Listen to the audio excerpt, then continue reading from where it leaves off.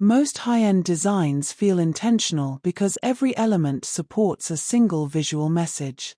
Today, how to create intentional visual frame layouts. Open Canva and create a 1080 by 1080 square canvas. Start by applying a soft cream background and add a subtle gradient for depth. Insert one large rectangular frame near the center and upload your primary image. Adjust the crop carefully so the subject immediately attracts attention. Add 2 supporting frames on opposite sides and place secondary images inside them. Keep the spacing consistent to maintain balance throughout the composition. Apply a soft shadow effect to all frames